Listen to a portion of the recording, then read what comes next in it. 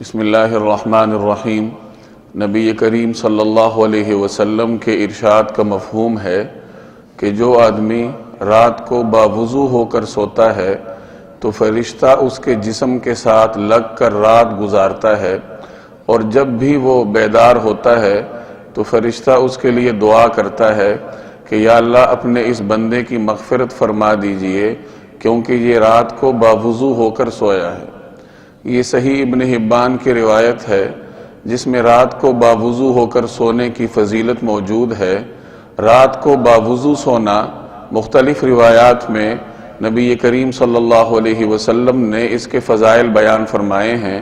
چنانچہ اس روایت میں آپ نے دیکھا کہ اگر رات کو وضو کر کے سوئیں گے تو بظاہر تو یہ ایک چھوٹا سا عمل ہے،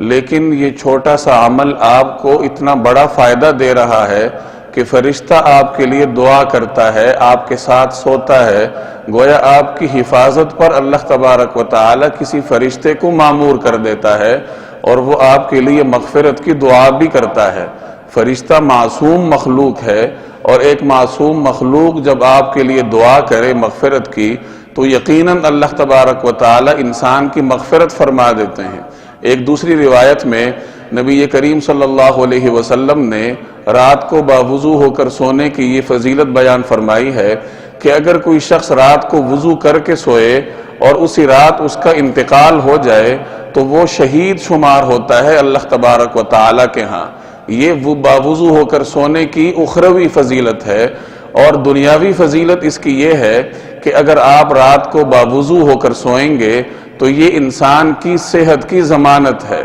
کیونکہ جب آدمی دن بھر کام کاج کرتا ہے تو اس کے جسم کے مختلف اعضاء پر جراثیم لگ جاتے ہیں، اور انسانی بدن کے اندر جراثیم جانے کے دو کھلے ذرائع ہیں۔ ایک تو آپ کے منہ کے ذریعے جراثیم اندر جاتے ہیں اور دوسرا ناک کے ذریعے اندر جاتے ہیں۔ جب انسان وضو کرتا ہے، وضو میں کلی بھی کرتا ہے اور اس میں غرارے بھی ہوتے ہیں، ناک میں بھی پانی ڈالا جاتا ہے، ہاتھ بھی دھوئے جاتے ہیں، تو اس طریقے سے جہاں ہاتھ پاؤں اور چہرہ جراثیم سے پاک ہوتا ہے وہاں آپ کی ناک اور منہ کے اندر جو جراثیم پھنسے ہوتے ہیں یا